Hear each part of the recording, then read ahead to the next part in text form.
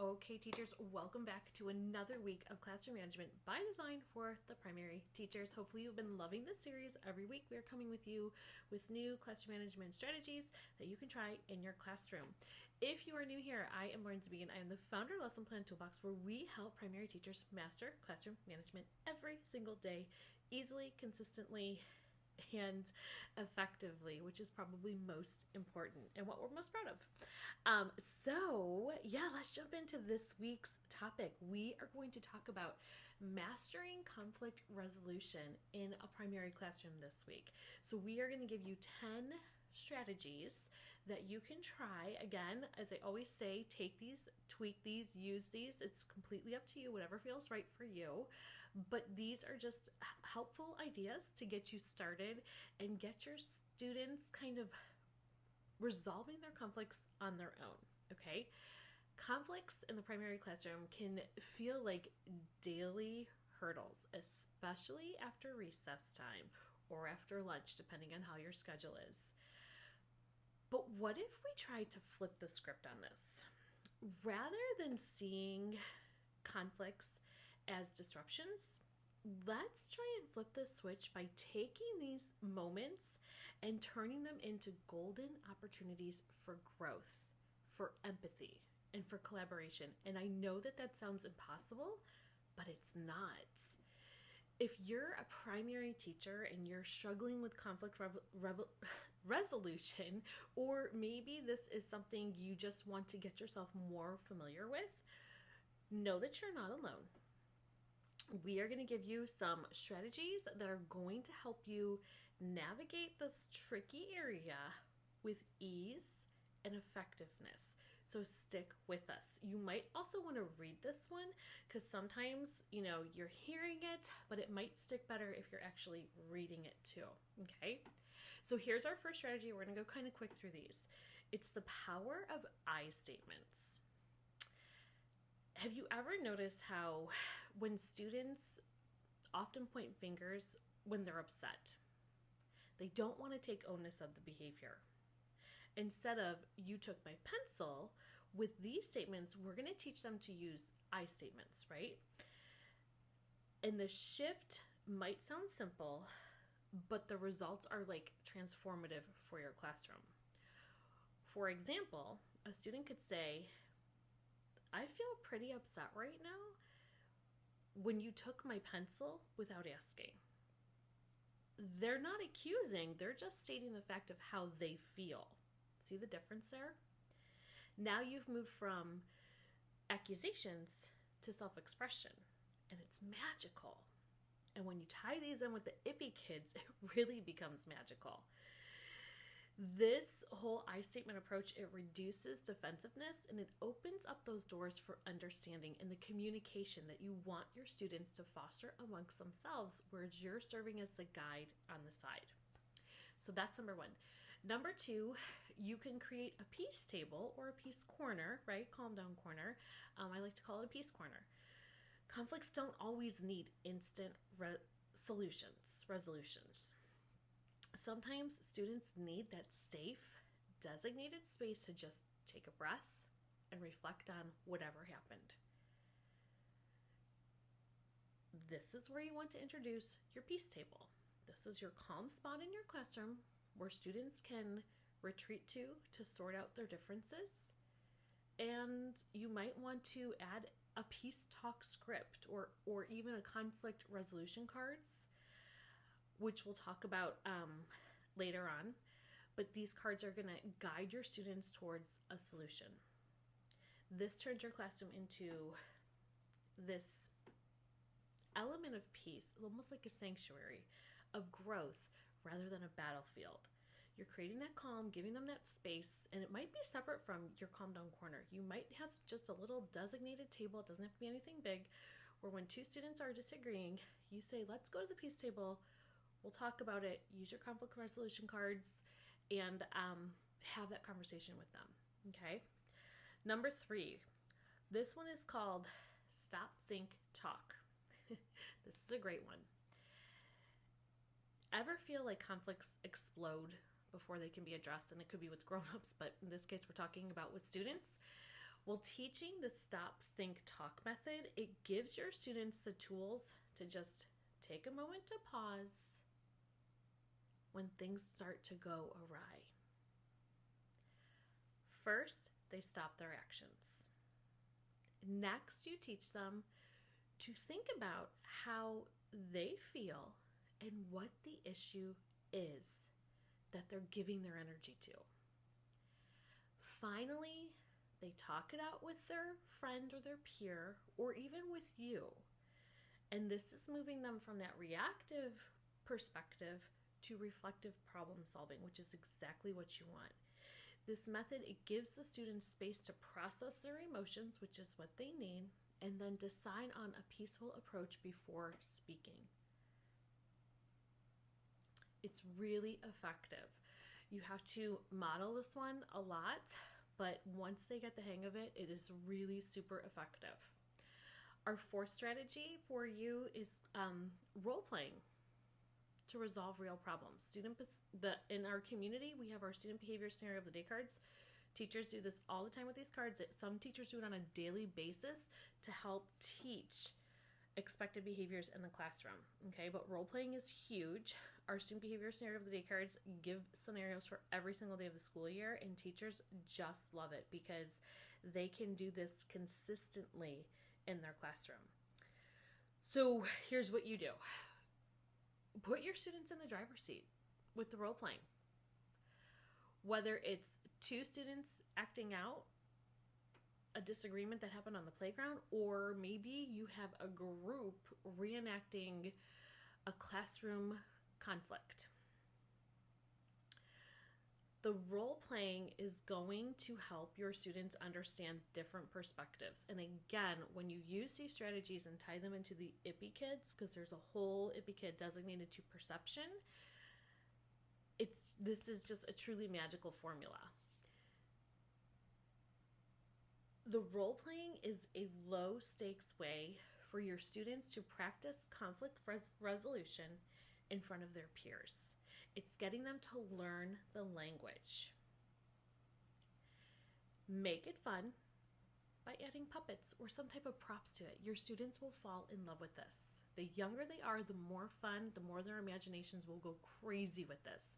It's also going to keep your students engaged while learning essential communication life skills.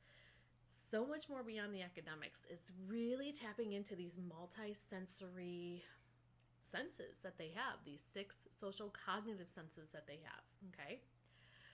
Strategy number 5, this is called the conflict resolution cards. Instant help, 0 friction.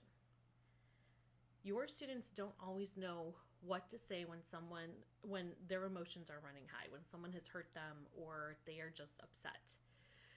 Having the conflict resolution cards already on hand, ready to go, can help them bridge this gap, right? So when tempers are flaring up, when they're rising, students can grab a card that prompts them with phrases like, take a deep breath, or I need help understanding what happened. These cards guide students step by step, turning potential chaos into constructive dialogue. And I will even, it won't be anything fancy, but I'll even include a brief set of conflict resolution cards to get you started with having this maybe at your peace table, okay? Okay, number 6, the buddy system. Strength in numbers. When conflicts feel too big, it can help to have a friend by your side.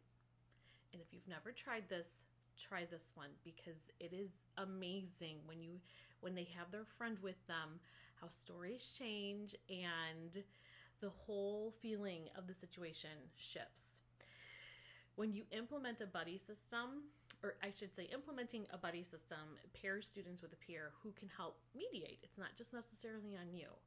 It's not just about diffusing tensions, but students learn to lean on one another for support. They look for that friend and that someone else besides the teacher who can help them.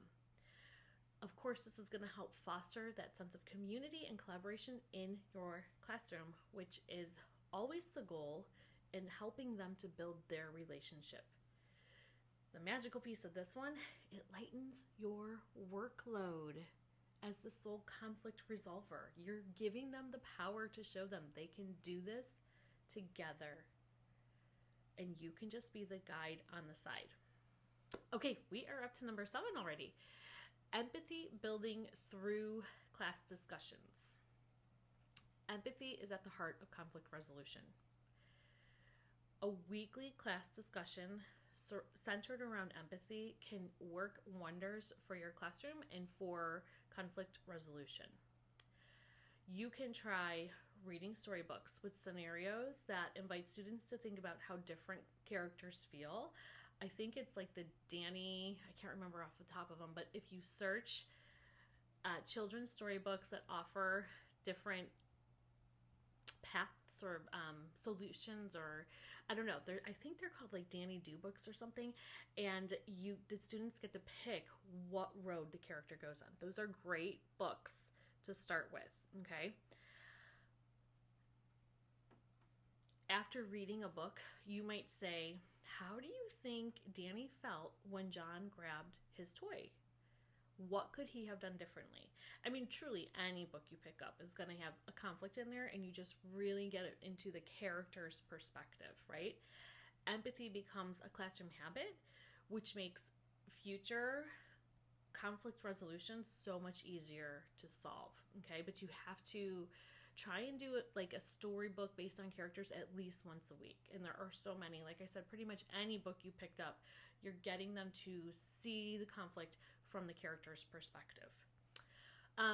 Number 8 is scripts to navigate tough situations. Because let's face it, kids need structure. They want structure. Conflict resolution scripts provide a framework for students to talk through their problems. Simple scripts like, what happened? How did that make you feel? What can we do now to make things better? In this situation, you're guiding your students through conflicts without emotions, spiraling out of control, using those questioning techniques, okay? This process, because it's so step-by-step, it's going to empower your students to communicate their feelings in a very healthy and a productive manner. This is another one of my favorite strategies, is just using those questioning techniques. You can take those, you might come up with your own, but those 3 questions work really, really well. Okay, technique or strategy number 9, positive reinforcement. We talk about this one a lot, and rewarding peacemakers. Everyone loves a little recognition. Let's be honest. Your students love when you recognize them. You love when your principal recognizes your hard work or some new strategy you're doing that's working.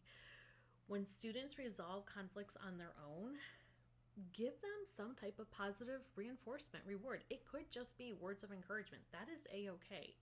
It could be a sticker.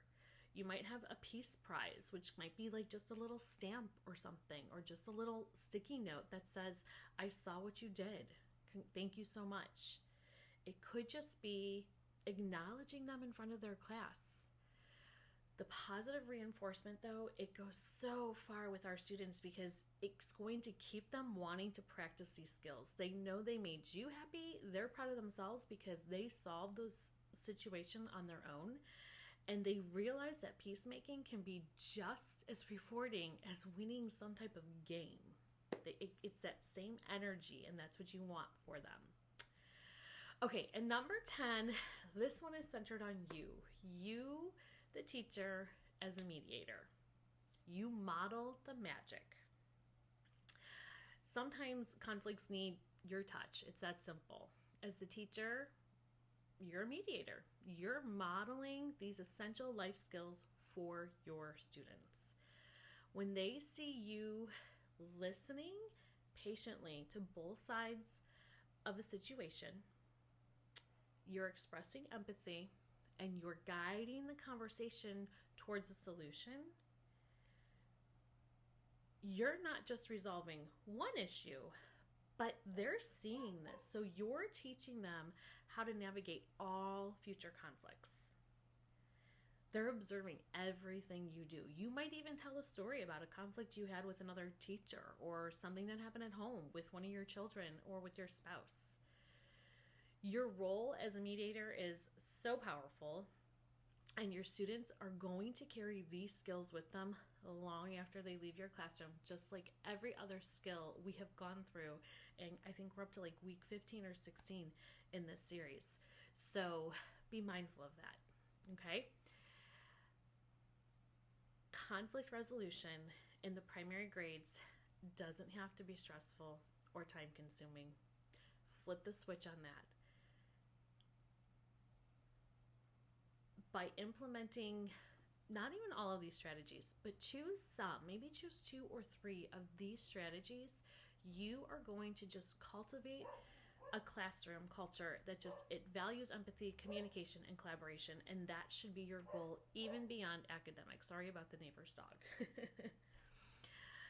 Your students are going to learn to view conflicts as opportunity for growth, and if we can start doing this in our primary years with our littlest of learners, teach them these skills, we are setting them up for so much success and making the future teacher's job so much easier because these skills are going to be embedded in them. On top of that, your day is going to flow so much more smoothly. Okay? You have these tools in your pocket. You're not just teaching content to your students. You're not just focusing on academics. You are shaping our future problem solvers, our peace builders, our leaders of our society. So think about that. How is that for some classroom magic? Pretty powerful. Keep this in your toolbox and watch your classroom transform.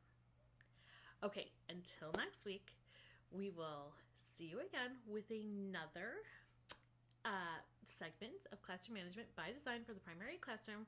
So excited to share this with you. If you are inside our community, you are not only going to get this level of strategies, but we are going to give you a step-by-step process where we go even deeper. So be on the lookout for that for the teachers who are inside our membership and working with us one-on-one. Okay, we will see the rest of you next week.